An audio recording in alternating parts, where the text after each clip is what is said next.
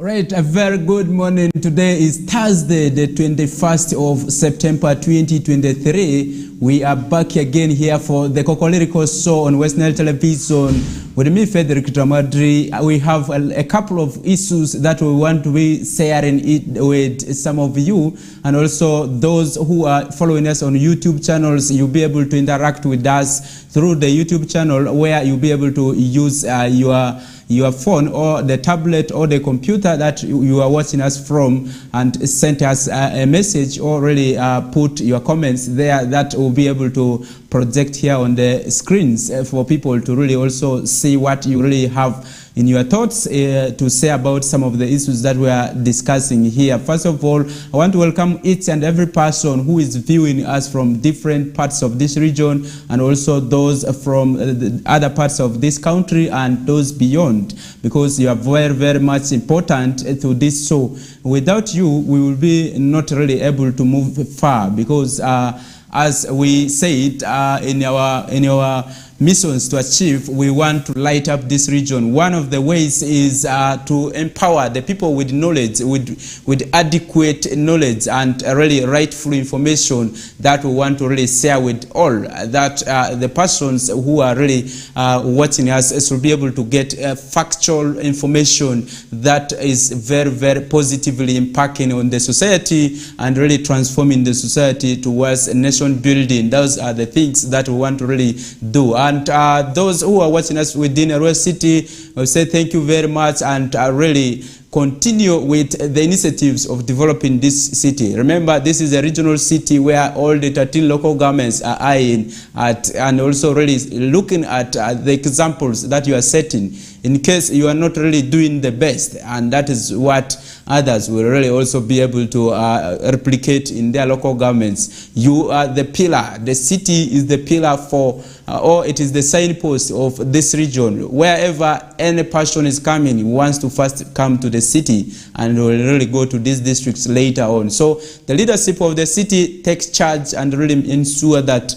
a lot of things are done in an organized way to really reflect the best interest or the best practices that are expected of a city. Because in a city, one thing that has been a burden is the issues of solid waste management, the issues to do with sewage management, the issues to do with talk about the issues to do with arrangements, talk about the street venting issues, talk about the issues of the organization of markets, talk about the organization of buildings according to plans. Those are things that all the leadership in the city need to foster and really look at. And also the issues of enhancing revenue is very, very key. Remember, yesterday there were a lot of issues coming up because of a transfer of a town clerk for Central Division. This is just because many of the people are not satisfied of some of the issues that are said to have led to the transfer, because this town clerk has just stayed for an estimated 6 months, because at first he came and found somebody already in the office, and he had to spend some of the months outside. And when he came back, the revenue has drastically increased from 500,000, at least 400,000 to 500 between there, to now 1 billion. That is in a financial year. That is what Arua Central Division is counting on. And they felt, the councillors felt like this will be the town clerk they think they will be able to develop this city with. And in case he's given more time, this will be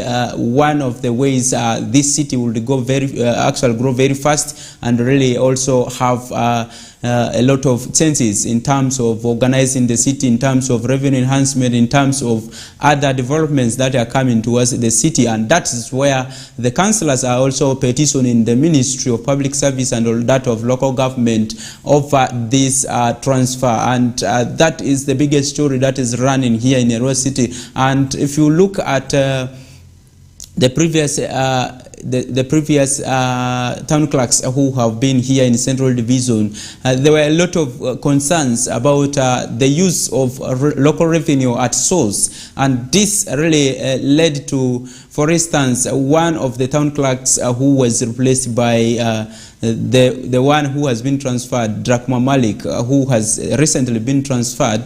The previous ones have had issues with the councils. One of the issues has been the corruption at the collection of revenues, and also the failure to adapt to the electronic system of revenue administration. That has been one of the key issues where the council of Central Division was not satisfied and felt that once this petition is considered and the town clerk is brought back, there will be a lot of organization or at least orderliness in the central city, because recently one of the biggest achievements that I can physically attest to is the organization right now at the taxi park, where most of the people who were purported to be the landlords who were given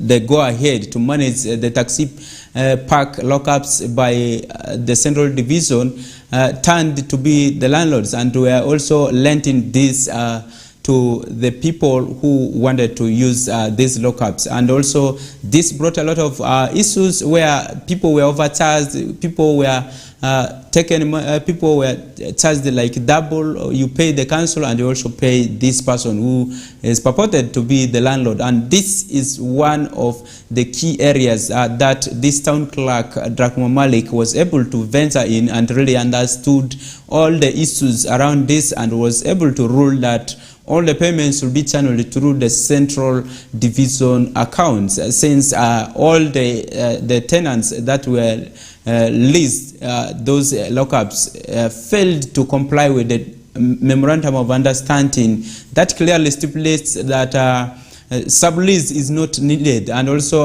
the issues of overcharging people and so on, collecting money physically, using physical transfer of money is not accepted, and all these monies should have been channeled through the Central Division accounts. And that's one achievement that really made him to increase the local revenue for Central Division. And also others, including the street venting issues that he has been fostering and also really tracking very fast, and he has not yet gone up to the logical conclusion and really done it to the last dot. And this is where he has been transferred, the point he has been transferred, and he has not really achieved that motive he had already set. And those are the things that the Central Division Council is crying that they should be really, their petitions should be considered, and this man be brought back to finish at least 3 months or 3 years of service that is mandatory, and that he will be really transferred again. Looking at the letter that was circulated about his transfer, is expected to move to Jinja to manage the other city, and this is where people are really sharing a lot of thoughts, and that is the big news that is moving around the Central City Division. But what does this mean to now the local government in case a new person is brought and the petition that was said is not heard? What does this mean to the Central Division? That means really people need to understand that certain things happen, and also they have to go with what is available. And going with what is available means really the plans that they had already put, they can still achieve them. In case the new town clerk comes, they should be able to front all these issues to him that he should be able to also understand and take forth to work on, because achieving the targets towards enhancement of revenue is not really one person's deal, but also it takes time. It takes time, because if people are able to change their mind, if people are able to understand what is going on, that is where a lot of growth is achieved, because development is a teamwork. It is not one person's work. And also if you have that motive of having that development be achieved at heart, you'll be able to really join the new person that will be brought in. But also we're yet to see if that petition will be heard. And also today the Central Division Council is also sitting for an extraordinary council about this issue and also many other issues that are within Central Division. We will be also waiting to hear from them what the council jointly wants to say about this, and also other issues that they want to deliberate on, that will be really seen on that in that extraordinary council. And let's move away from Arua Central Division. There are a lot of issues still in the city that the city today will be releasing the results for the mock. The joint mock results that were set by the learners in July. And this is one thing we'll be also really interesting ourselves into, looking at the preparations of all these schools and the performance of the learners. How is it any different? Is there any improvement? Because yesterday we were able to understand the one of Ajuman district, where over 200 learners were able to really fall apart from the examinations. That is, they were not really able to succeed in getting at least a pass in these examinations. That is where we are fostering our, we're taking our cameras to, and also see if there will be improvement. Because recently, from the result, pre-mock results that were released by the Anglican Church of Madi Westnile Diocese, there were at least 500 people, children from different schools in Westnile region that failed, and this is after 100 schools really sat for the exams. And out of 1,256 of the learners who sat, close to 520 something really lost the papers, lost it to get the pass in these exams. Only 57 were able to get first grade, and most of these were from private schools, and only 2 government-aided schools were able to really hit the target of achieving at least a first grade. And this is something that is worrying, and that's where we want to really involve you as the viewer to share your thoughts, your ideas about how we could improve the status of education in Westnile region. That is where we are really asking all of you who has a stake in the development of education or the grooming of children in this region, how best we could do this together with you and also other stakeholders.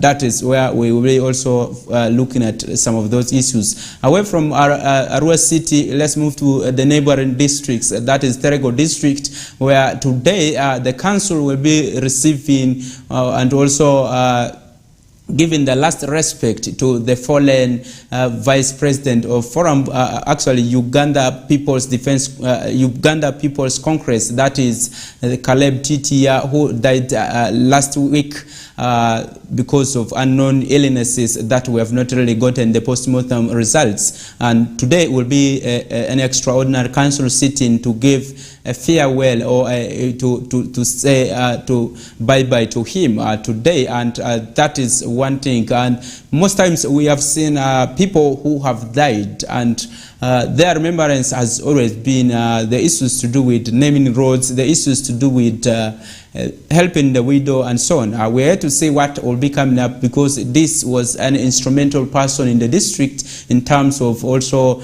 being one of the greatest farmers. I remember TTA Kamure really said light in praising the farmers in achieving the holistic goals of humanitarian aid by giving 200 acres of land to the refugees in Ocha refugee settlement. Currently, that is termed to be a Ocha refugee settlement in Terego district. And also, this really was was accompanied by an award by Alliance for Science, an American university, that really gave him a gong for that humanitarian aid he actually extended. Up to now, the refugees are still settling on this land since 2017, and this is something really no one can do at an individual level. Given a family land like that is one thing that people really cherish so much, and actually people do not want to give land because people look at land as life. Looking at the developments or the increase in population right now, coupled with so many other human activities that people want to do, for you to give land like that is also another issue. And also remember, Titia was remembered for so many other issues, talking about the issues of the petition that was against the National Forestry Authority about the giveaway of part of Barifa Forest to individuals for their own purposes, other than really eco-tourism development. You will clearly, if you move to Barifa right now, you will clearly see that people are growing crops, people are doing all that they want to do, other than really preserving or conserving the environment, the forest cover, and also really doing what was stipulated in the licenses. Talk about the ecotourism development, where you are supposed to put eco-friendly activities that are able to also generate revenue and also really promote the conservation of these trees. And this has been one of the key errors that he identified when he was alive, and was really able to rally the community against that. And this really drew the attention of so many people, so many stakeholders, including the National Physical Planning Board, that came up to Arua to eye on that matter, and many other issues that he is remembered of. And remember, he also took charge of the Peace and Reconciliatory meeting that was held in Kampala at UPC offices between to harmonize the feuding matters between among the UPC leaders. Talk about the president, that is Jimmy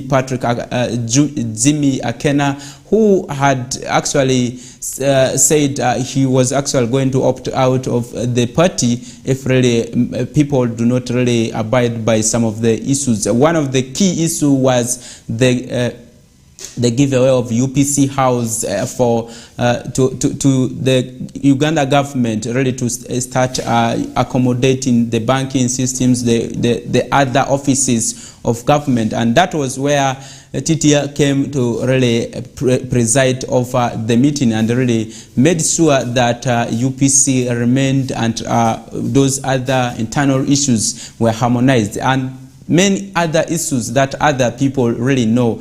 And that is where we'll be also really waiting to see what the council is pronouncing about that, and also who will be the next vice president for UPC is what we are also gearing towards seeing, what UPC will be also able to say about the gap that has been left by this fallen hero in their party. And that is where we'll be also really looking so much into some of those issues. And also away from Terego district, moving to Ajuman district, remember there was an institution, that a government vocational institute that was established in 2016, and up to date this institution was not operationalized. And there are a lot of issues around why this school was not operationalized, and also what are the challenges.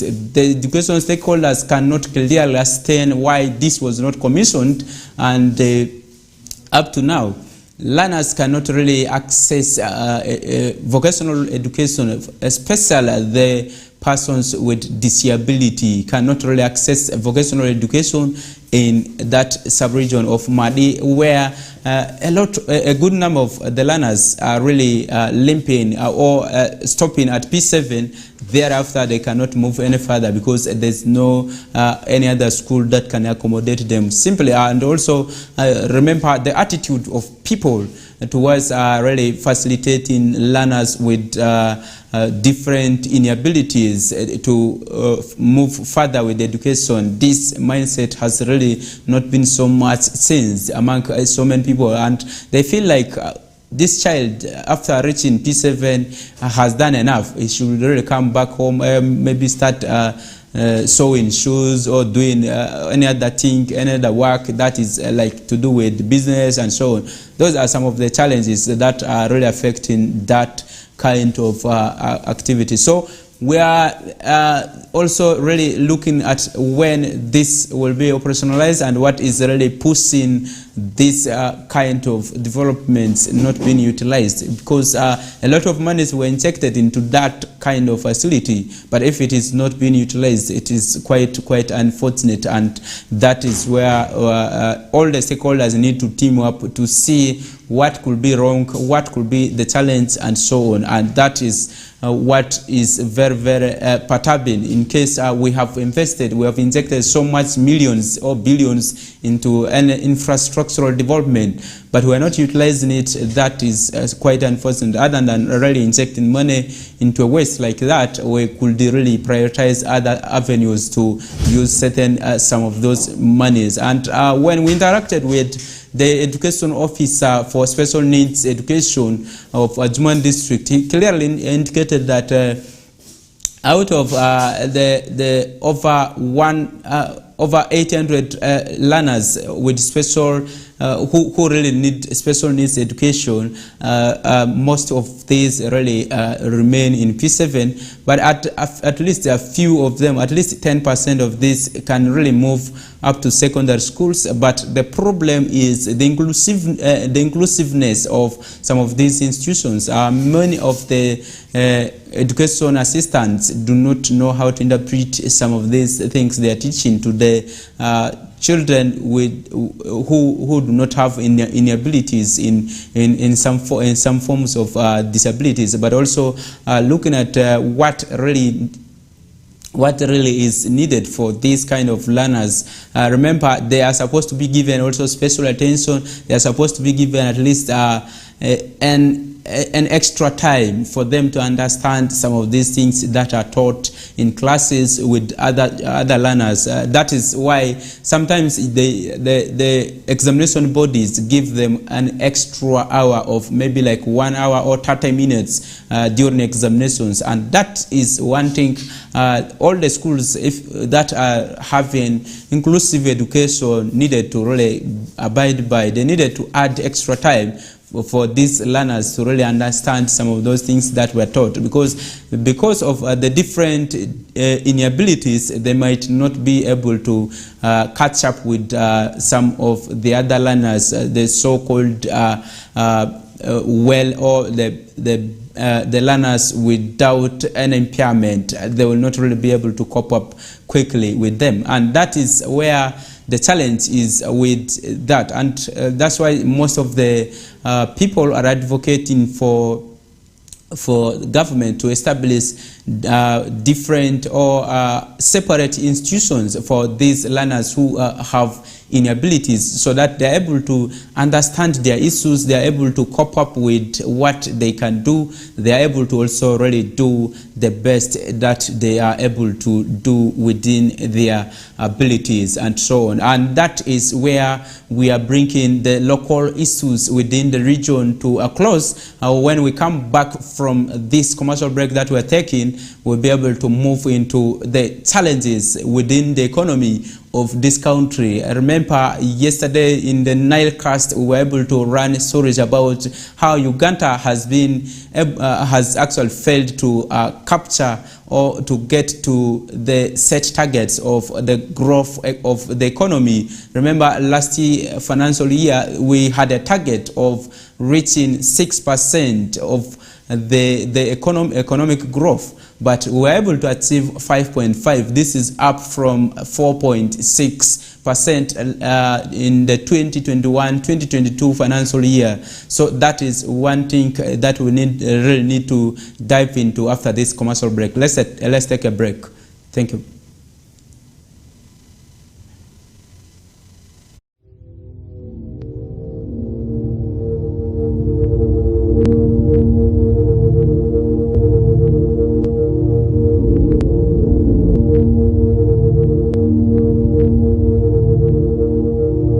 Westnile TV, lighting up the region. A brand new Global Star TV with StarTimes Inside Technology.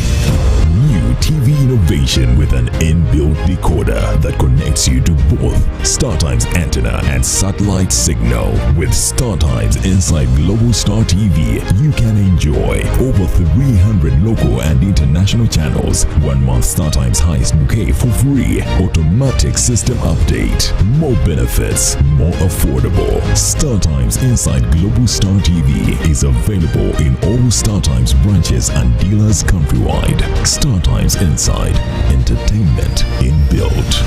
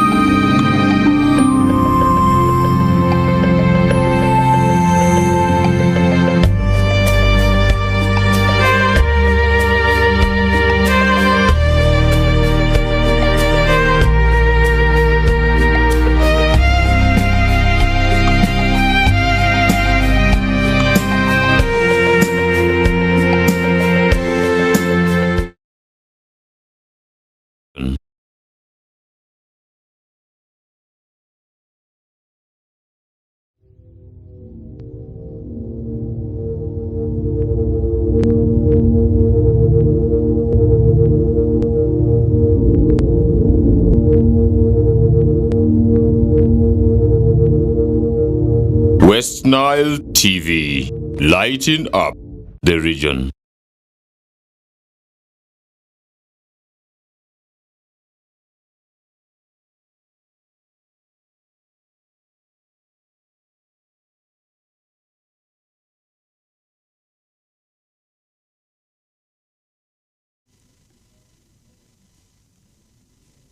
All right, welcome back from that commercial break. We're all discussing with you a lot of issues to do with the local stories that are making headlines in Western region. Talk about the transfer of Arua Central Division town clerk, that is Drakuma Malik, where councillors are already fielding and really have called an extraordinary emergency council meeting that is slated for today, and a lot of issues will be discussed in this, and we are here to see what will be coming up from the council, because they have fronted so many key issues that this town clerk was able to achieve within the 6 months of his tenure here in Arua City. And this included the enhancement of revenue from 400,000 Ugandan shillings to 1 billion Ugandan shillings during just in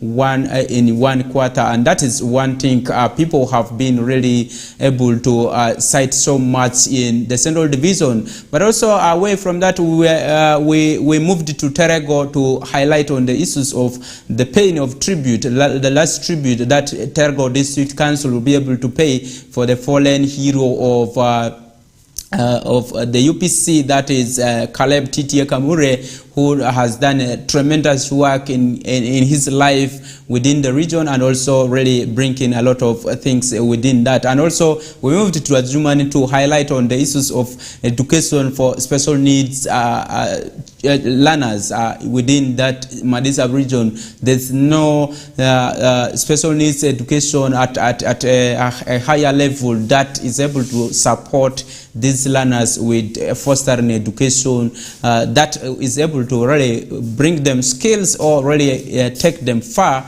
in as far as employment sector is concerned. Remember, in Uganda, it is hard for people now to employ people with people who have only completed P7 or even senior 4, and that is where the vocational schools are very, very important for every person to acquire skills where you are able to really do your own work. Because in government there are few or minimal employment opportunities that you will be able to get, but because of the establishment of the regional skilling hubs. That is where government is moving towards self-employment, and also ensure that a labor market is not really contested, where somebody is able to sit down and create a space of his or her workstation, and that's where we're able to really move further with the local stories. Moving away from that, remember yesterday there were concerns about why Uganda has failed to move on to achieve the 6% target of the economic growth.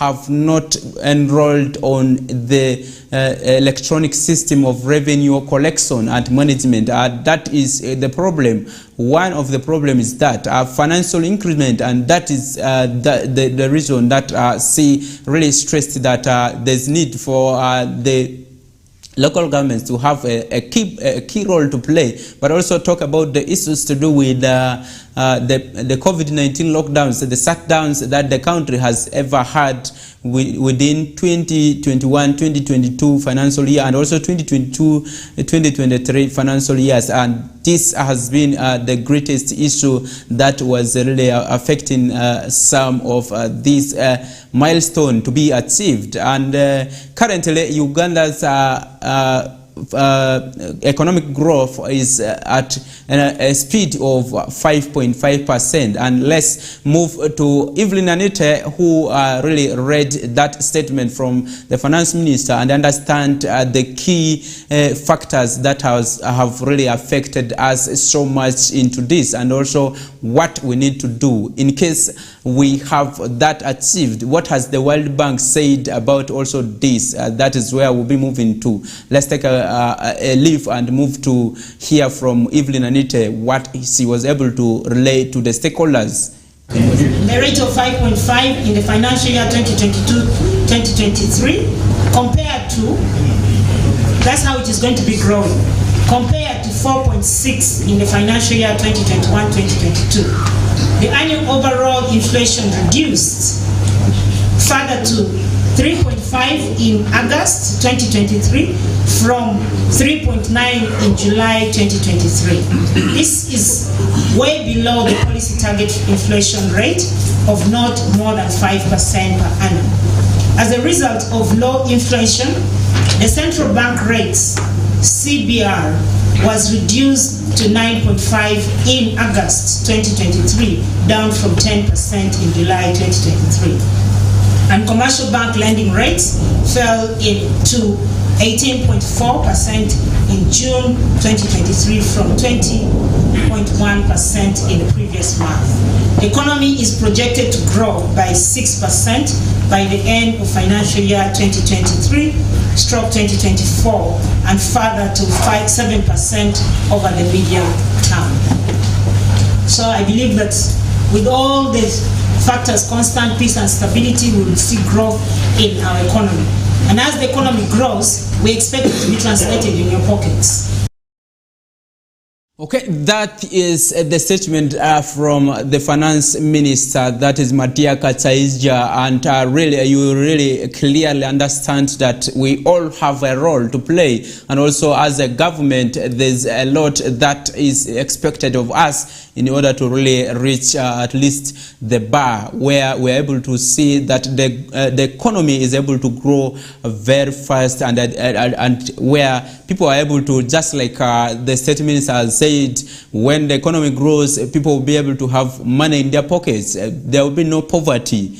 People will be above the poverty line. And if you look at World Bank's international poverty line, that is 2.15 US dollars. If you are able to meet that per day, an equivalent of 8,000 Ugandan shillings per day in your pocket, if you're able to at least earn 8,000 shillings per day, that is where you are above the poverty line. So some of us who are still around 3,000 shillings, we are still below. So let's work hard as people, also as a government. Let's team up really to move away from that. And also, if you look at the issues that have been highlighted there, you realize that the issue of leakages, the inflation rate is really at least still also high, and that is one thing that brings all this. What brings inflation sometimes is the issues of illicit financial flows into the country.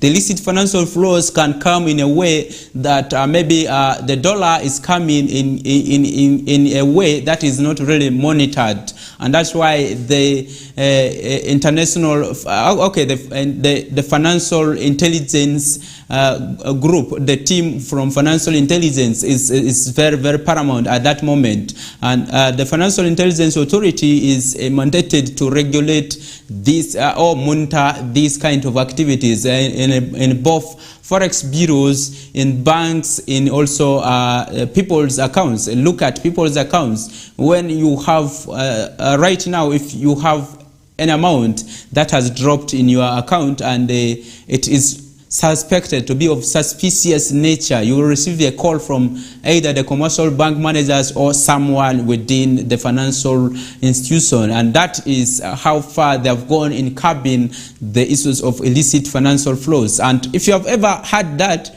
you should be humbly explaining the source of the money that you are receiving. It is not for fault finding, but it is for the protection of the economy. The economy will be able to rise in case we're able to minimize the cases of inflation. And if you look at some of the issues around illicit financial flows, we have smuggling. It's one of the signs of illicit financial flows. We have these people who come with the fuel, this transit of fuel from the borders. You realize that the companies that move from the borders and they come back, and that is where the URA is very paramount and very instrumental in doing that. And also those in customs, they need to really up their games to avoid this kind of leakages, because if a company is able to move and come back with what was cleared as an export and is able to sell it here, the company will be able to bring a lot of monies that are unaccounted for, and that brings about inflation. It increases the volume of money circulation in the people, and the value of money in Uganda will drastically reduce, and that's why the dollar is always dominating our currency, and we have the value of this Ugandan shillings really dropping each and every day. We used to buy at least a matchbox at 50 shillings, and you will have like 55 sticks in it.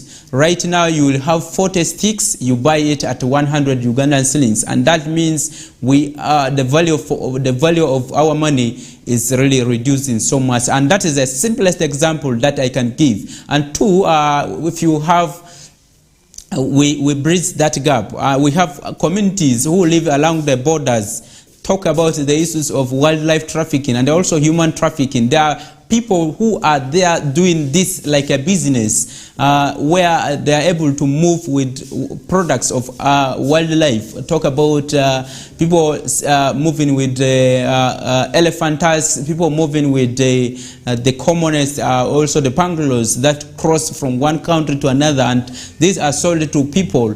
And this is loss of revenue, loss of wildlife and so on. And it is a crime. Once you are arrested with this, you will be really taken to jail, and you will be able to serve that 20 or 20 years or life imprisonment, or you'll be able to pay the 20 million Ugandan shillings, or you serve both. And that is one thing people need to understand. Talking about the economy, for the economy to be stable, we have every aspect that we are supposed to do. The regulatory authorities, talk about Bank of Uganda, should be able to see these money lending entities, what they are able to do. And in assessing the growth of the economy of a nation, World Bank has actually said they are looking at 4 factors. One of this is land. Okay, the utilization of the land, and also what land size this country is able to have, and also what are the issues around the utilization. Are people able to access this? How productive is this land that is there? The second issue is the issues of labor. Labor is both human labor and also the skills that are deployed. That is one thing that is also factored in. And also talk about capital, talk about the entrepreneurial skills that we have. That is also the area that World Bank is also looking at. And also World Bank anticipates that for Uganda to really move far and really achieve this kind of economic growth, in case Uganda is able to hit above 6% in the subsequent years, Uganda is expected to really move further to the middle income status. And one of these will be able to really eradicate poverty by 2025, just 2 years to come. And if we are able to do all this really very at a terrific speed, and able to bridge the loopholes that we have in this country, we're able to move further. And that is a plus for us. Now that we have reached 5.5, if we're able to hit the dot, which is 0.5, we should be able to move further. And now the finance ministry is now projecting that at least this coming financial year, that is 2024-2025, we should be able to reach the bar and really hit a target of 7%. That is what is there in the minds of the finance ministry. And this will be achieved by one of the set goals, priorities that they have put is the commercialized agriculture, and also moving to the issues of value addition that we have all been talking about, and also enhancing the border markets through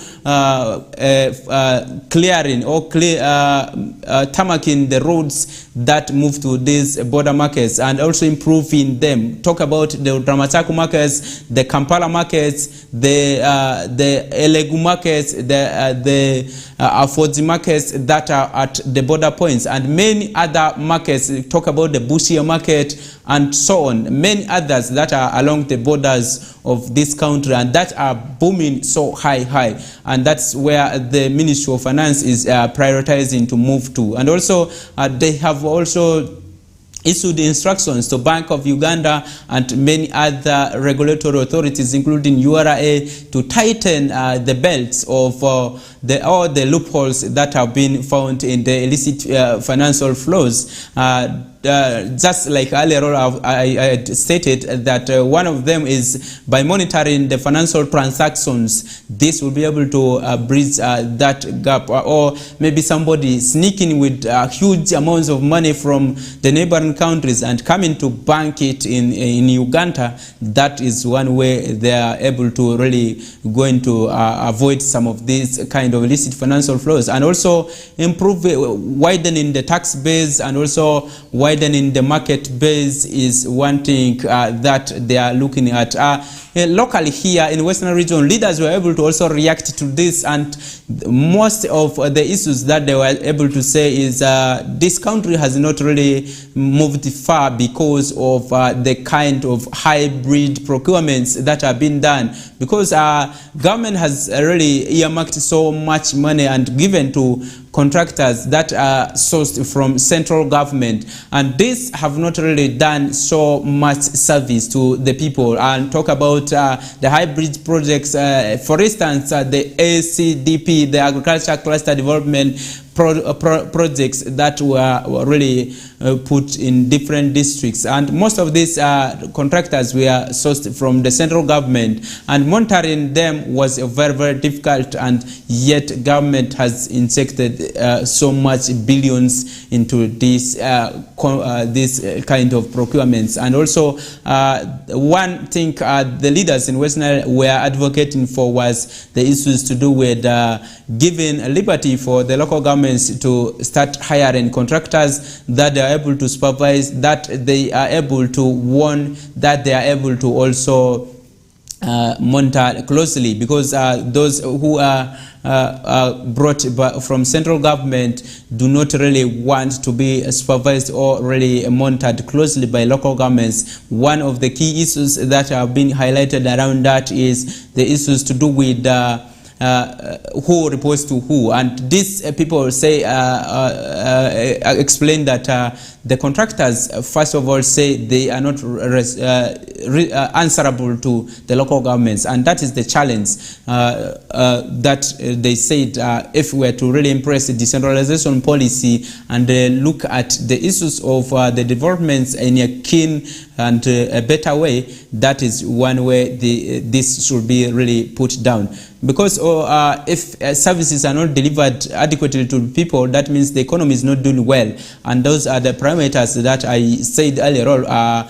World Bank uses to evaluate the economic growth of a country, and that is a local way is through ensuring that the issues of poverty is eradicated, the issues of access to social services, talk about education, talk about health, is improved. And one of the ways that government has already taken is through elevating the health center 2s to health center 3s, and also improving the services in those health centers that have been elevated. One of these was also improving, increasing the staffing level, and also increasing the stock level of drugs and also equipment in these facilities. Also having new infrastructures, talk about roads to these facilities, connecting electricity to now the service delivery points, talk about hospitals, talk about schools, and also adding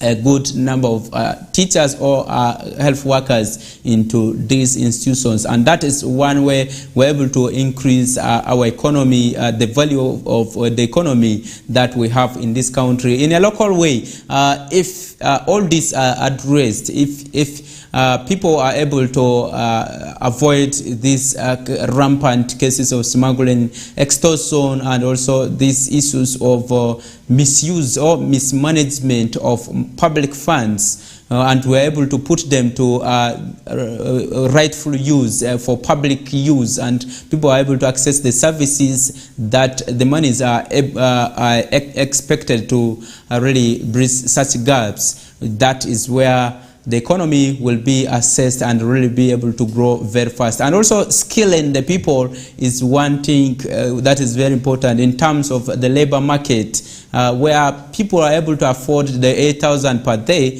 through skilling, through different entrepreneurial skills that are also through these other government programs. Talk about web, talk about that is women, Uganda Women Entrepreneurs program, and also talk about the youth livelihood programs that have been rolled out. Talk about the Mioga, that is to cater for all, and also talk about the other programs to do with the PDM, that is the Paris Development Model, where management of management now starts from parishes, where some of the administrative works are given to the parishes, where they're able to identify the priorities, where they're able to also identify people, potential beneficiaries to these monies that are given by government. That is where we'll be able to fast track this. If in case we are able to register successes in this, at least we are hopeful that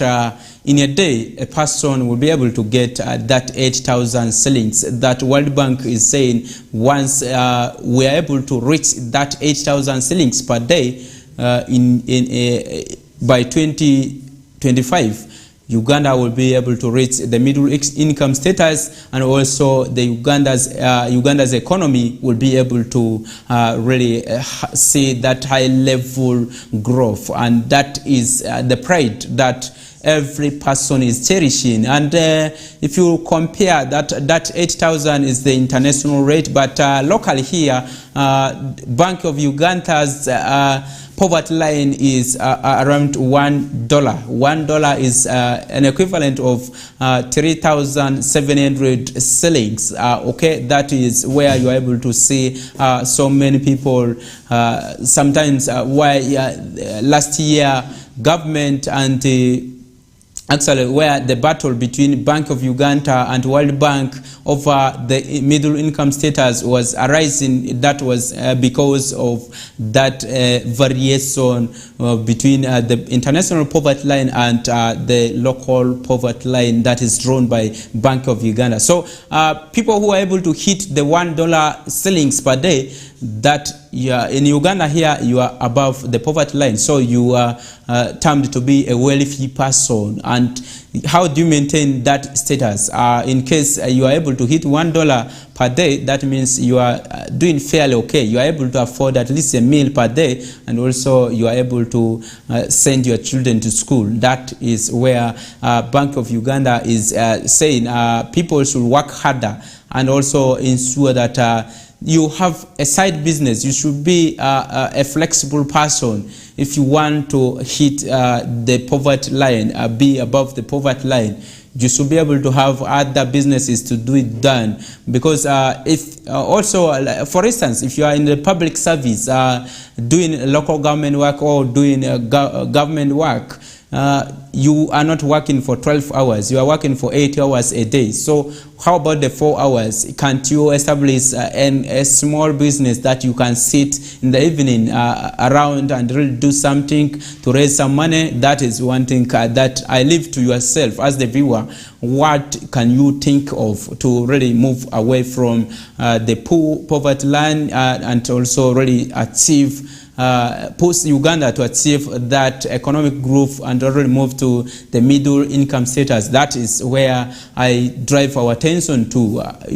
Doing a side business helps you a lot. In case you are out of the work that you are able to get a monthly salary, where I am away from here, I should be able to have something to do somewhere, not really to go home stressed. That's why you have this number of suicide cases committed so much by people, because of the work burden, because they don't have alternative sources of income. They were relying on one, and now in case this one breaks, what is next for you? That is where you should be able to think around as a man, as a woman, as a girl, as a boy, and really see that you are at least at a fair state. When one breaks, there was a say that don't keep your eggs in one basket, and that was so instrumental that that means you should be able to put in 2 or 3 baskets in case the other one falls and the eggs break. You should be able to move with the other one and see that you are able to eat the eggs, or you are able to take them to incubate and raise more chicks from that. That is where you should be able to move away from the poverty line. And that is to do with the economic growth, and why Uganda was not able to hit that 6% target. And now that we have increased this to 7%, what needed to be done? And that's why you see government rolling out so many of these programs that I earlier already explained, to do with PDM, to do with the Myoga, to do with the OWEB, to do with youth livelihood, and also the elders grants and the persons with disability grants that we have in this country that have continued to come. But really, looking at the beneficiaries in these programs is also another issue that we really need to foster so much our eyes at, because our government is giving money, but who are these people benefiting? Are they the targeted people who are to benefit from this? If it is persons with disabilities, are we able to roll this, because these grants come on annual or quarterly basis? So when they come, are we able to reach the person who has not benefited, or we are really submitting the same names of the same persons who have benefited? And that is where we have a role to play as stakeholders, and also the people who are sourcing the beneficiaries under these kind of programs. Really, if we are able to get the persons who are to benefit under these programs, it is very, very important that we will be having the go-ahead to say, really, all that were targeted were able to benefit, and all that benefited were able to bring us this kind of impact. The program was able to change their life in this way, on the other way, and that is where the country will be able to have a smile. Because if people are receiving these projects or are benefiting from these programs and they are not changing their lives, that means we're doing nothing. We are taking these monies into a waste. And that's why the decentralization policy came in, and where you are able to manage your resources within your means and really able to see whether they are utilized well is what has been left to the local governments and really people who are also monitoring these projects to really do it under the decentralization policy. Let's take a break. When we come back, we'll be able to move to other issues that are happening in the country and also outside the country. Thank you.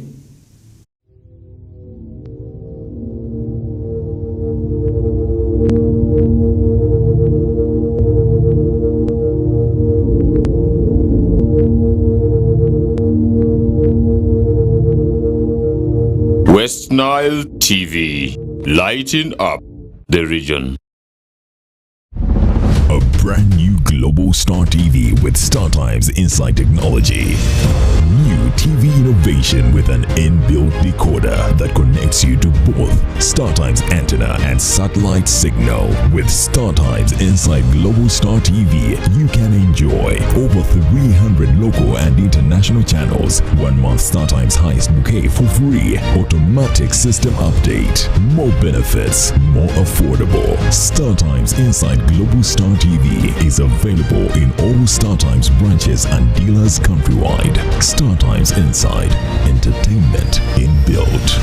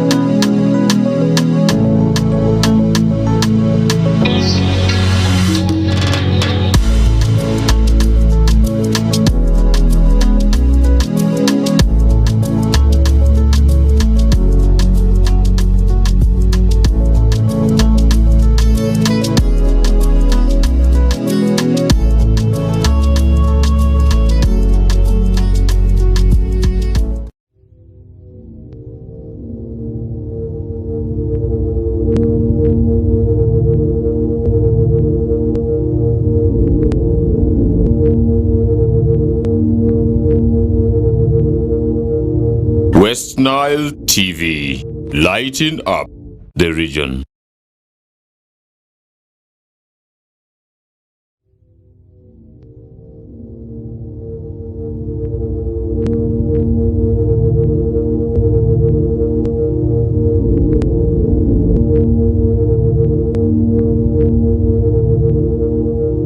Westnile TV, lighting up the region.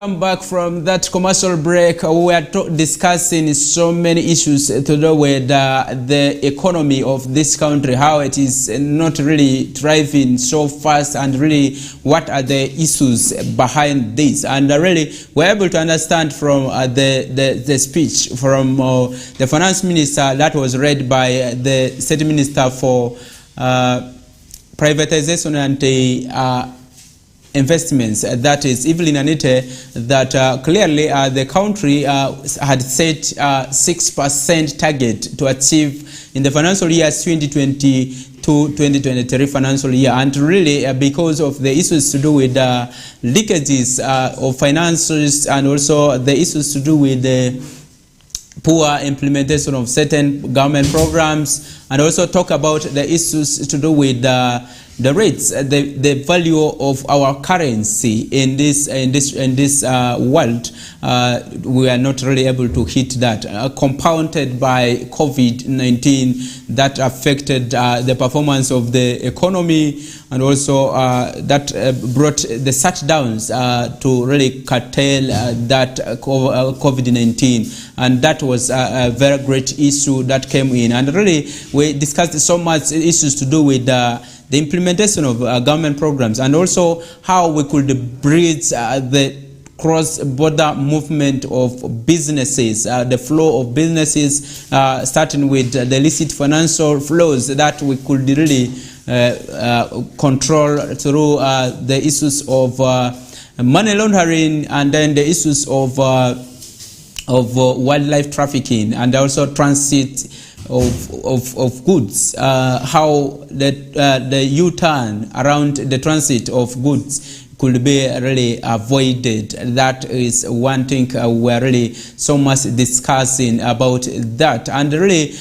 you realize that at a local perspective, many people really thought what was termed to be the economy is something that is far away, and it is something that is at the central government, not knowing that we all have a stake to play in raising the economy of this country, and also bringing all that it takes for us to move very, very far. And this is our energy that we're able to push. As business persons, we have a role to play in changing the economic status of this country, but also as other people in the civil service and those who are in the private sector, a lot is needed. We have local investors that we are all pushing to really move further with investment priorities that they have. We have a lot of subsidies that government is giving to the local investors and also the international investors. What can we do when we have all these substitutes? Talk about the taxation that have been most prominent, featuring in the subsidies list, and also other opportunities that exist as for us local investors. We have a lot of money that is remaining idle in the UBD, that Uganda Development Bank, which is there for local investment. Can people really utilize some of these monies if we were to move further? Because these monies are meant for you to borrow that you'll be able to pay in 2 or 3 years. If you utilize the money very well, you are able to at least get that money and really invest in certain programs, projects, and so on, that you'll be able to collect from wherever you are, and really move very, very fast, and see if you cannot really perform better. And let's move away from that, looking at the issues to do with education. There's a report that has been released by UNESCO, that is United Nations Education Children Education Fund, actually UNICEF, that is dated 25th of last month, and this report clearly indicated that the education standards in the sub-Saharan Africa is not really doing well. I talk about the issues that are highlighted there. I will just move brief to some of them. One of these is the issues to do with high literacy levels. They have been able to cite that 1 in 4 children who are able to complete P7, one of them is able to read clearly and understand what is there.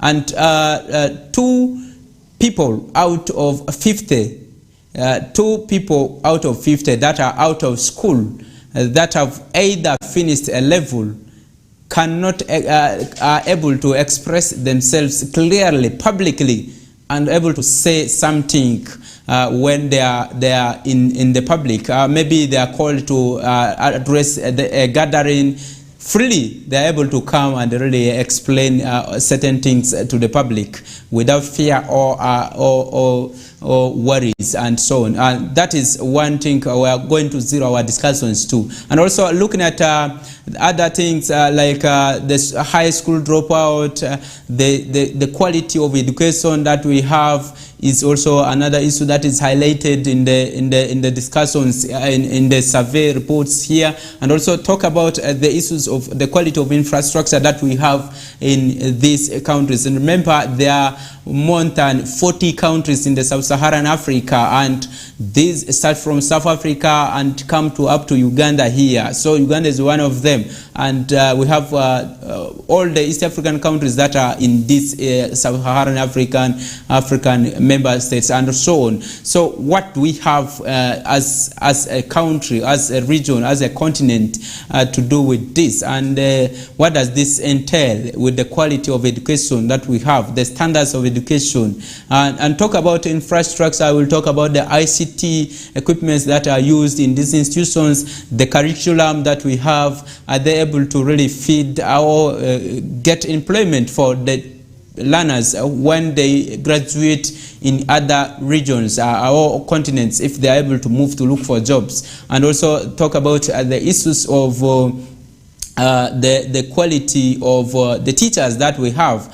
It is understood clearly that many of the teachers cannot express themselves. They cannot make good statements that can be understood by everyone. A teacher will say, there's a common term that some people really make statements, or when they are making statements, like somebody will say, actually.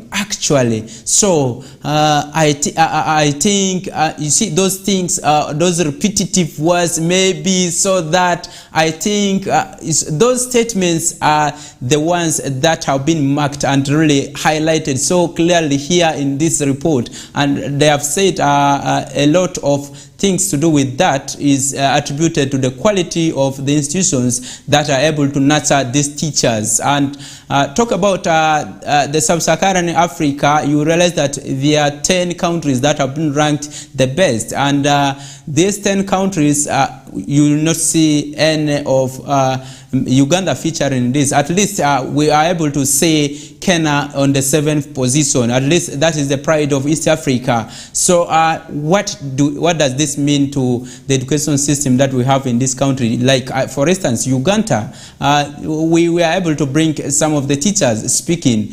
You realize that last month when we did a story about the teacher who was teaching a nursery class, this teacher was not able to make a full sentence in one line, and that was why we are coming back to this. And there are so many education stakeholders who are saying in Uganda, what is key now under the Uganda actually universal primary education or secondary education is what we call children schooling, they are not learning, they are not really going for education, but they are schooling. Where Uganda is so much into the number of learners enrolled other than really the quality of education, that is the output of the learning that is coming from these schools. And that is where we have a challenge. Can we move and identify some of these things? How do we improve as a country? How do we move further about some of these things?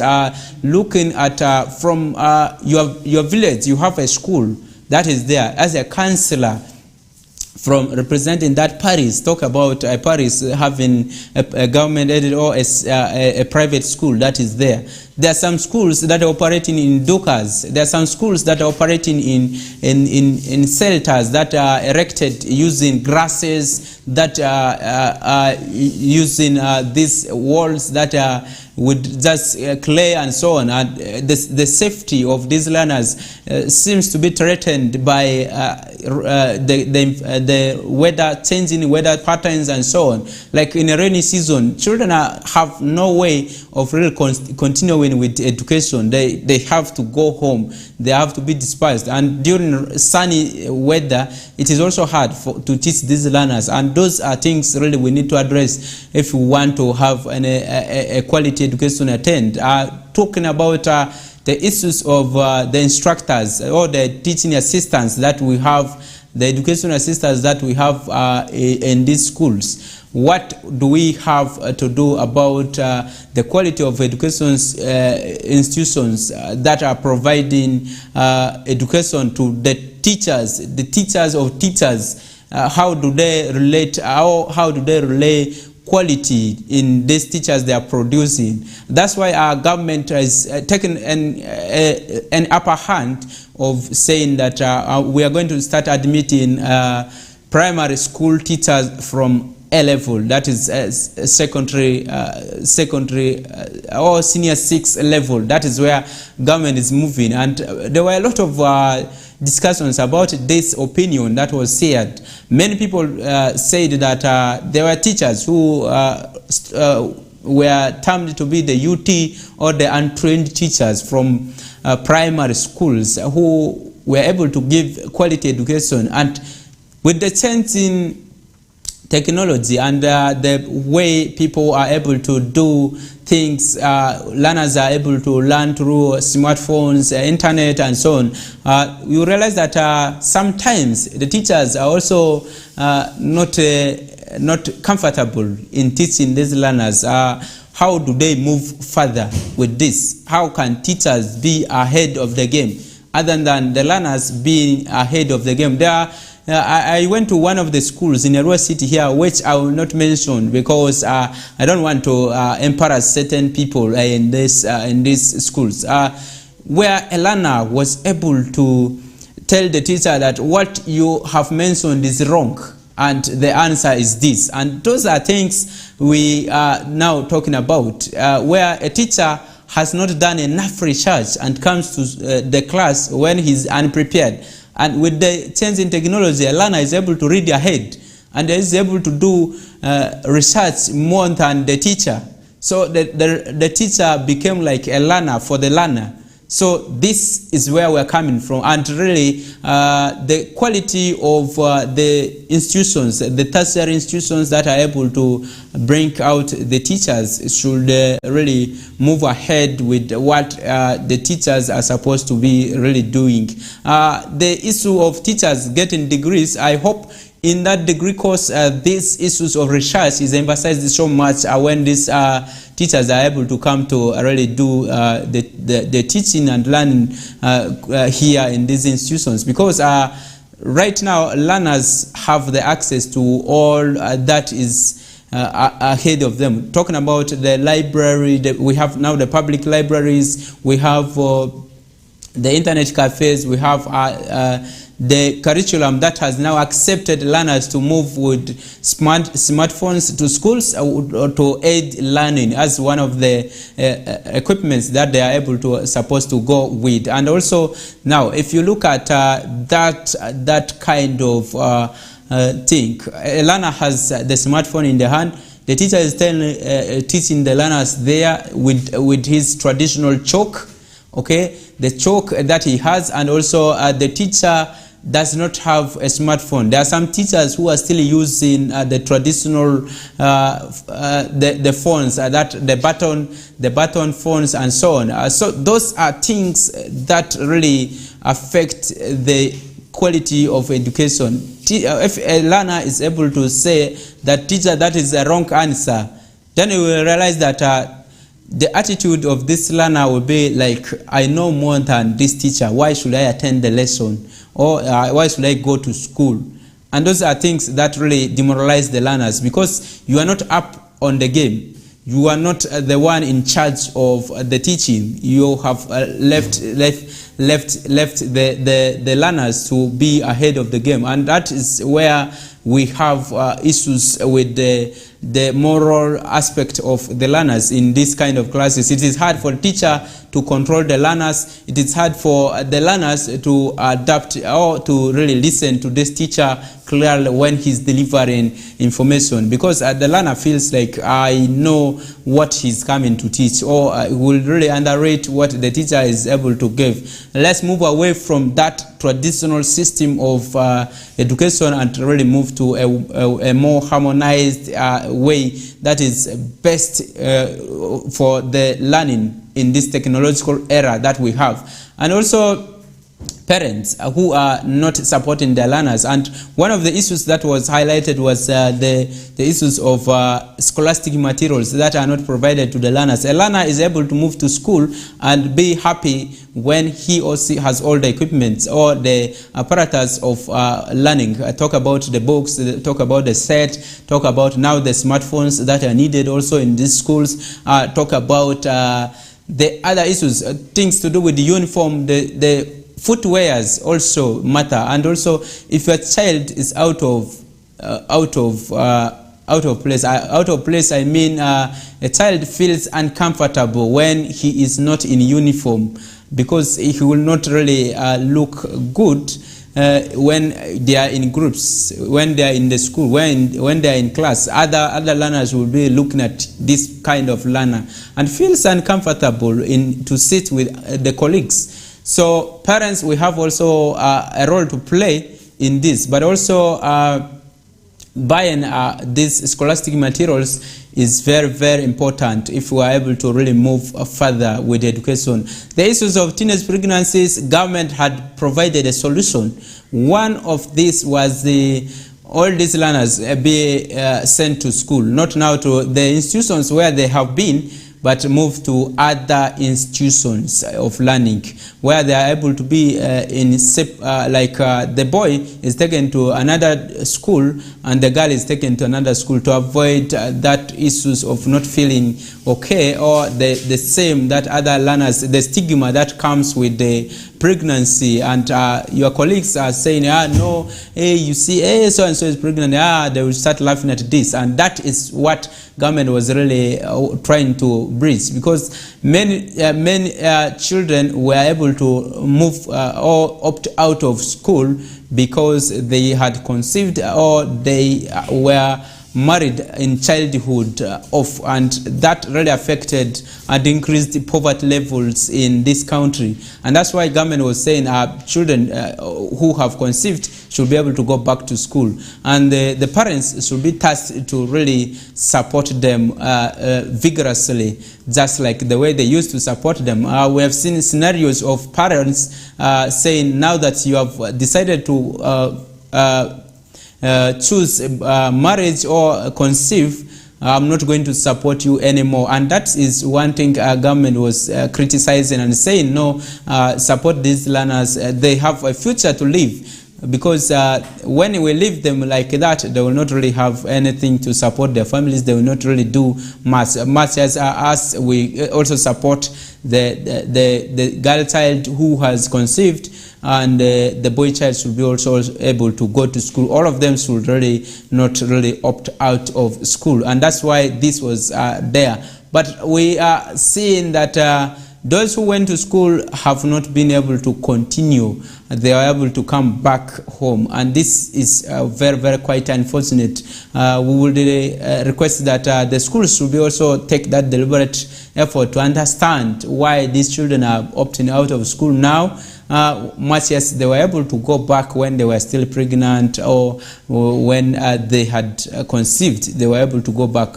What has forced them out of school? This survey needed to be done and understood, and also how best they could be helped in terms of either taking them to vocational institutions or really providing them other skills that are able to give them the earnings in the near future for them to also sustain their families. And that is where the Education Ministry currently now has pronounced herself on this, and said the curriculum that has been released, many schools were not able to adapt it, but now has said any school that has failed to cope up with the new curriculum will be phased off, or the school will be closed indefinitely, and that kind of institution will not be allowed to operate in Uganda, because there are some schools that have continued with the old curriculum where the learners were not able to have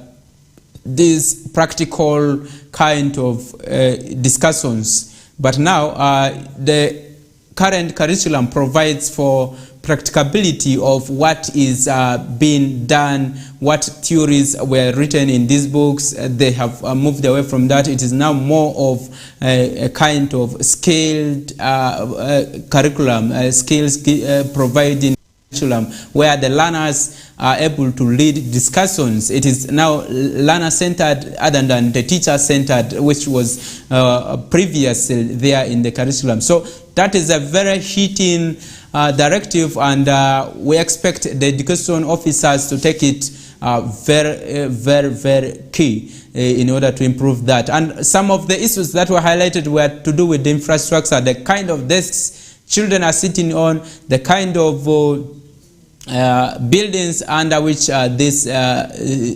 education is taking place, or learning is taking place, and also talk about the issues of the materials used, the learning aids. Are they available? Are they able to provide that interactive kind of session between the teacher and the learner? And that is where the whole discussions are. In a nutshell, you realize that most of the institutions that we have in Uganda have learners seated on, like in a bench, on a bench or on a desk, like 6 of them, where they are squeezed so much, and there is no free space for learners to sit. And in some institutions, you realize that children are still sitting down on the floor, and some of the schools are still being smeared with mud and so on. Those are things that need to be improved if we need a better for this country.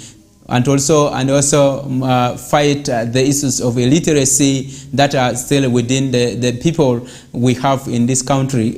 To move away from children not expressing themselves, we have now the ECD centers, sometimes that people call the early childhood learning centers, and also sometimes people call them the nursery schools.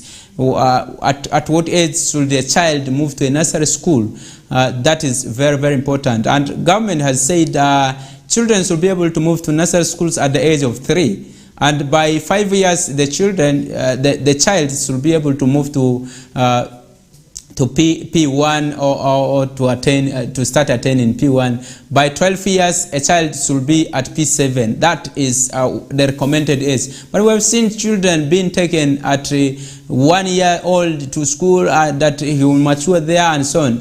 That is affecting the mental upright, or the building of the mind, or the mental ability of these children, because a child has to learn certain things from home first before he's taken to this early childhood development centers, where education development centers, where the child is able to learn other things later on, because the local language is also very important. Also, staying with the mother, the parents, is very, very key, because if you are able to take a child at a boarding school at the age of 3, how will this child learn the societal behaviors? How will this child adopt the moral bit of you, the parents, who are able to come up, who were responsible to raise this child in a well-behaved manner? Because learning starts from home. That's why a proverb is saying charity starts from home. Charity means all that you want to do for the good of your family is groomed from the home. And who are the responsible persons? The president at this home and the vice president. I am talking about the mother and the father, who are responsible, who are the cabinet ministers, who are the state ministers, who are the LC5s, who are the LC1s in these homes, who are heading this home. And we have the children who are the subjects, who are able to report, who are able to learn from you, who are able to understand the nitty-gritties that a family is, the behaviors of the family, who are to portray outside there. So if you allow this child from the age of 3 years or 2 years or 1 year to be in a boarding, so it is quite unfortunate that the child will not be able to really replicate the behavior that you have as a family. And it will be quite unfortunate that the child learns behaviors from outside, from peers and so on. And when this is practically done, it can easily bring shame to the family or to the society generally, because a child will not know how to relate with the public. A child will not know how to relate with others, other than really learning from other peers who may not really give him or her that rightful behavioral or that behaviors that we are expecting from him or her in a public. When he's in a public, he's supposed to behave this way. Sometimes the education system may not have all that to teach for you, to your learner, and it is you as the parents to have those other social aspects being put into the learner. And also taking these children to churches is also another issue, that they will be able to learn the spiritual aspects from the religious aspect, and that is key. And stopping the issues of child marriage, early pregnancies, and also the issues of supporting schools. The communities around these schools have a role to play in supporting schools to thrive in terms of performance, in terms of ensuring that the school grows with the community. Because if the community around the school does not support this school in terms of aspects that are needed for the growth of these kind of institutions, it is also hard for the learners to progress, for the teachers to have a good environment to support the learning of these children. Let's take a break. When we come back, we'll be coming to the last segment of this show and have other discussions world over to see what is happening. Let's take a break. Thank you.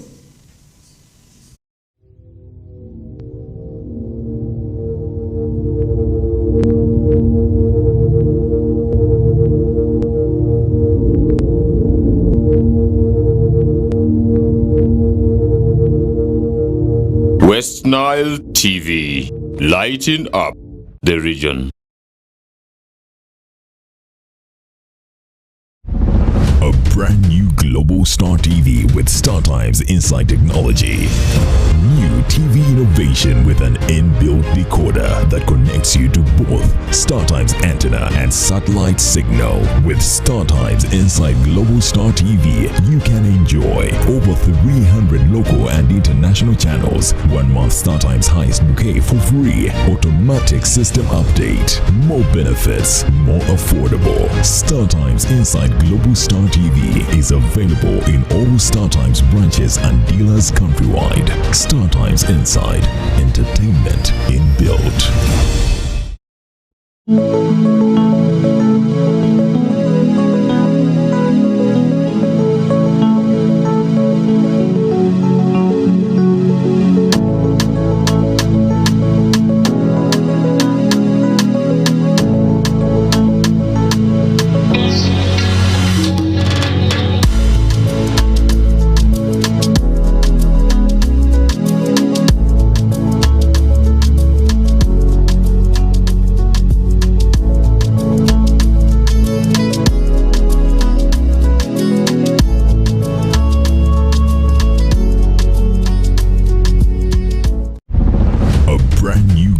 Star TV with StarTimes Inside Technology.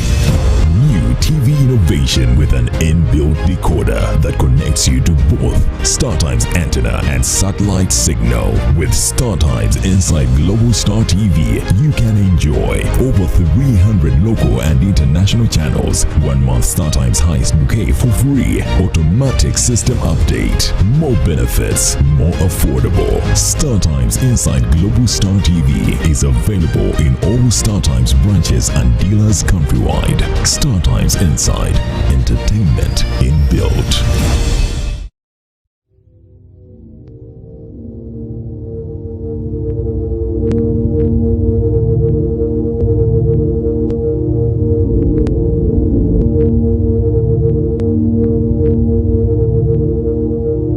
Westnile TV, lighting up the region.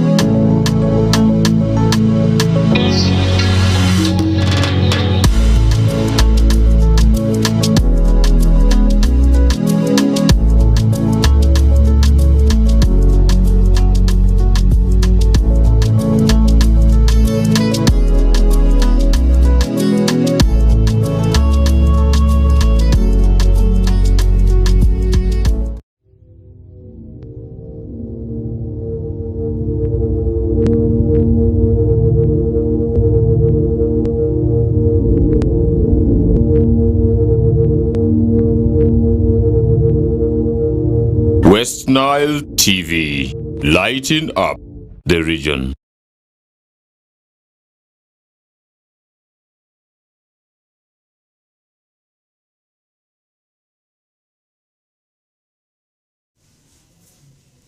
All right, welcome back from that commercial break. A lot of issues to do with education quality has been the one dominating this discussion in the second last segment of this show, and really we're able to move to some of the issues that we think are really bringing the quality of education down, and really what has gone wrong, and that is where we're so much focusing on. And really, if you move to that, you realize that those areas that I highlighted could really be averted through joint efforts. Talking about the education policy that has been reviewed over time, really, has this yielded any fruit? Can the education policy review committee come up with a concrete answer to capture some of the loopholes and really have a finding or an address to this? How can we move away from that?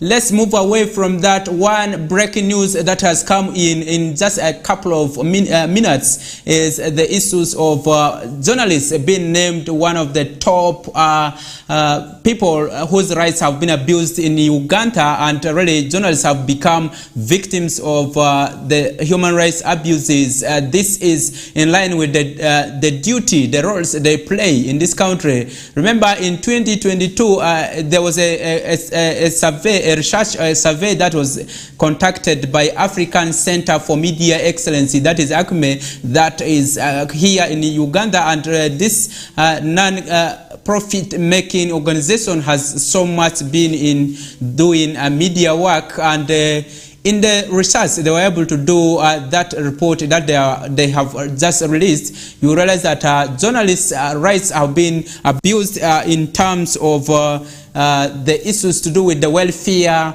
the issues to do with the contact with the lawmaking body. Talk about the enforcement team, talk about the police, talk about the army, talk about other security agencies. For instance, when you are capturing a video, instead of this officer focusing on the persons they had come to arrest, or the violence that is maybe taking place, they want to cool it down, they choose to come to these journalists. And is that the best way that they should be able to do? We saw a lot of issues of shutdown, media blackouts that were pronounced by Uganda Human Rights Journalism Network across the country, like 3 times last year, and this year we saw once.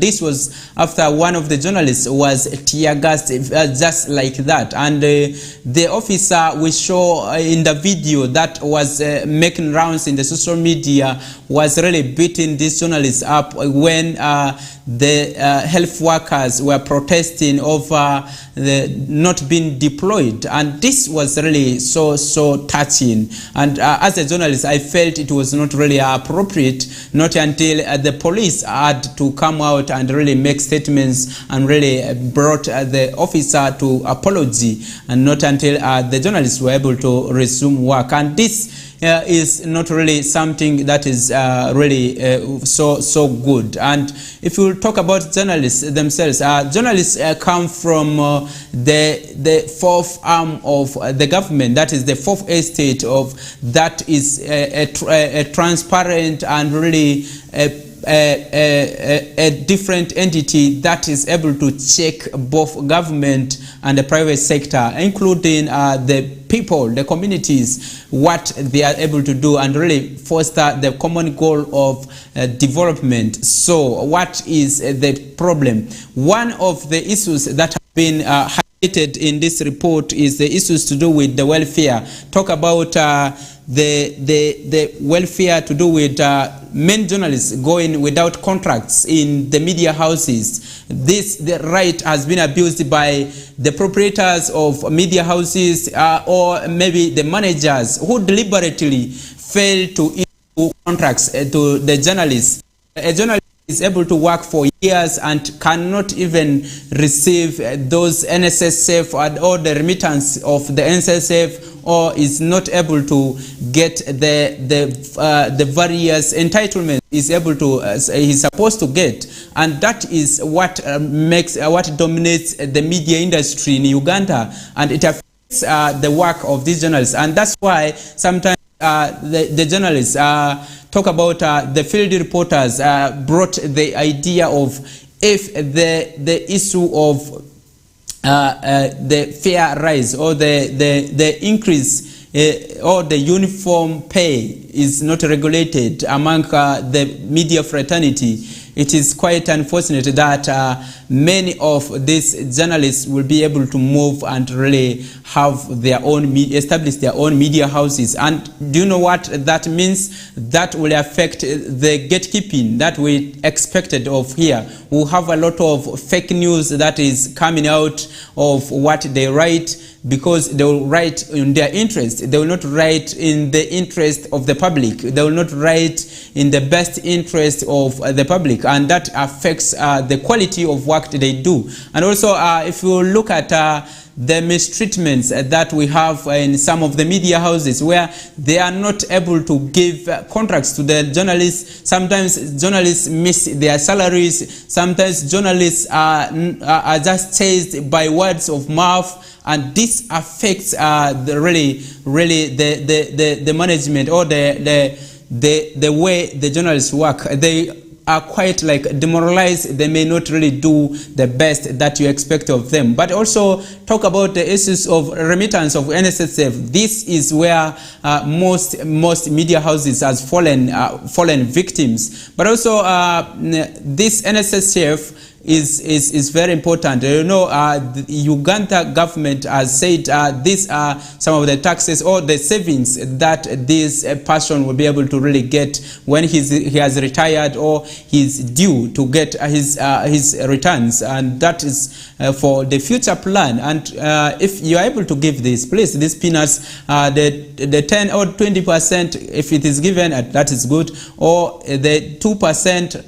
And so on. It varies from one to another, but ideally there is a standard that is set for this. But also giving them IDs. Some journalists are moving without IDs. Some of them cannot even identify themselves, much as the public now know that so and so is working with this media house. We have so many freelancers who are working with media houses, but the quality of work they do is not really commensurate, and that comes back to whether if what they do is really bridging the gap of fixing the issues to do with development, or it is affecting development. So because a freelance journalist or a journalist who is not well paid will be this journalist who reports many times the issues to do with events, who goes for fundraising, who is reporting mostly about the stories of fundraising, not really stories of public interest. Really, when this journalist is focusing on some of the issues that are affecting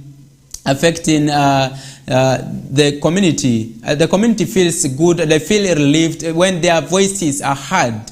At least government is able to realize that there's need to extend services to this place, because the people are crying there. Much as their leaders might have not raised these issues, there are issues of this nature that are coming up, and government has achieved much through the journalists. The journalists have, in one way or the other, acted as whistleblowers in terms of the stories they are able to do. And if the issues of remuneration are not really done, and also the issues of the journalists not doing the rightful stories of public interest is not done, it affects the quality of journalism we have in this country.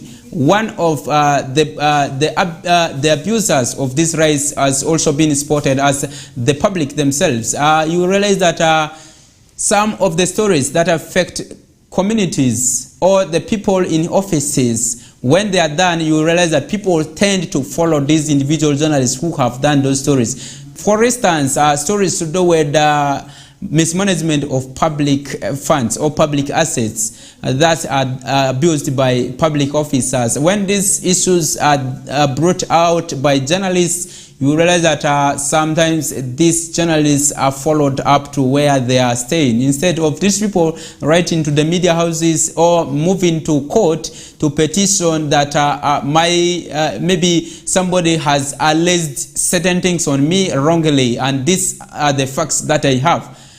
Instead of going to court really to petition this, you realize that people tend to follow these individual journalists, and which is quite unfortunate, and it frustrates the way people do the work they are supposed to do. And if the safety of journalists is not the priority in this country, it will make the journalism environment really very hostile. It will affect the fourth estate generally. The media houses will not really have those quality journalists who are supposed to tell the rightful stories. The evidence-based reporting will not be there. People will be using platforms for campaigns. People will be using these platforms for advocacies, much as there are some advocacies that are tailored towards development, but majority of them are of individual interests. So it is all up to us, the stakeholders, in ensuring that journalism is given the rights or the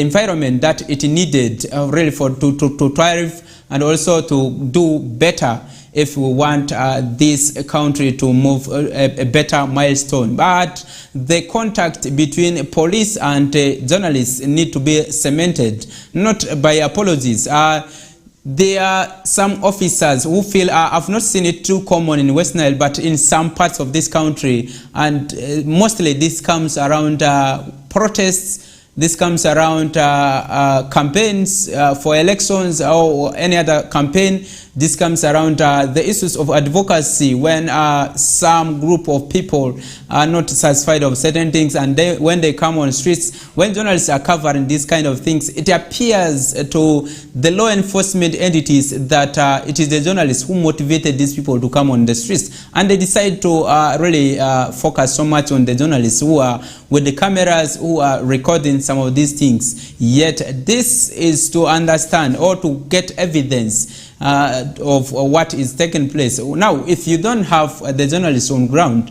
how will you know? How will somebody in Kampala know that there was demonstration in Arua over this issue? And really, how will the government really understand that this is the rightful way I should be able to tackle this issue? It is the journalists themselves who are able to really bring those rightful issues. If journalism is not appreciated, we will have this social media kind of journalism that will be seeing Facebook, a lot of where Facebook posts talk about YouTube posts, where people are able to now manipulate every information and put anything on the on these social media platforms. That becomes a wrong information, that becomes fake news, that becomes a lot of things that can bring tension instead of really maintaining the mainstream media and really appreciate the journalists in whatever they are doing. Maybe that is where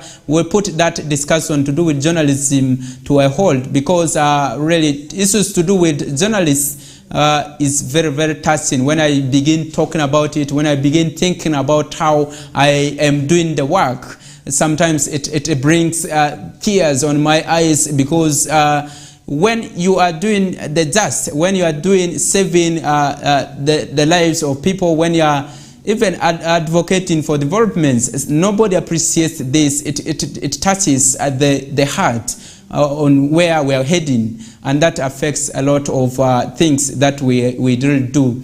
So that is it. We need to take all that we need to do. We need to provide the conducive environment for media to do its work, particularly the journalists that we have. We have a comment from Boris Isaac, who said we should change the education system. That is the earlier role discussion that we have. Isaac, thank you very much. And that's what I told so many of our viewers, that if we are able to follow the discussions on the YouTube channels, you'll be able to see your post being projected on these screens, and you'll be able to understand that. I appreciate that you have been watching. We have also Wasabi TV, and this guy is saying, hi, Westnile TV, I'm watching from Senegal. We appreciate those in diaspora and those within Africa who are watching. I appreciate you so much that this KOKOLIRIKO show is able to really bring for you those issues that are happening here in the region or in the continent. And so your posts, your comments are very, very vital for us to understand what is going on. So improving education system and also coming up with the rightful policies to manage education is very, very important. That is from Isaac. I really appreciate Isaac for you who is really following us on YouTube. That is what we expect all of the viewers. We appreciate you so much. Those who are not really able to put their posts or their comments earlier, we will really read them next time. And tomorrow we will still have the KOKOLIRIKO show continue for the rest of this week. That will be the last day. So make sure you're the first. When we highlight on some of the issues that we'll be discussing, you should be the first to come on board. And we'll be in the subsequent weeks now starting to post the issues that we feel are leading in the discussions, in the opinion poll, where you'll be able to share your opinions on some of these issues, how we should be able to bridge them, how we should be able to really solve them together. And this is the beauty of journalism, that if we really do not abuse the rights of the journalists, we'll be able to understand some of these things. Let's wind up with the discussions from here. From me to you, we say bye-bye. We appreciate the producer Aldo, who is behind the production department, and the one who is behind the writings and who is keeping us there with the discussions to go very, very vital. And those who are watching us from Senegal, from other parts of this country, and also from other parts of Africa, world over, we appreciate you for watching and following the KOKOLIRIKO show this Thursday edition. And also the cameraman, the one who is making me appear for you and who is really there behind the camera, is that man called Dizone. And this guy has the best that he does with these cameras. And so we appreciate you so much. And those who are still watching, we say bye-bye now. We up next will be bringing for you the news in Lugbarati exactly at 9 a.m. Thanks for watching. That's the end of the Thursday edition.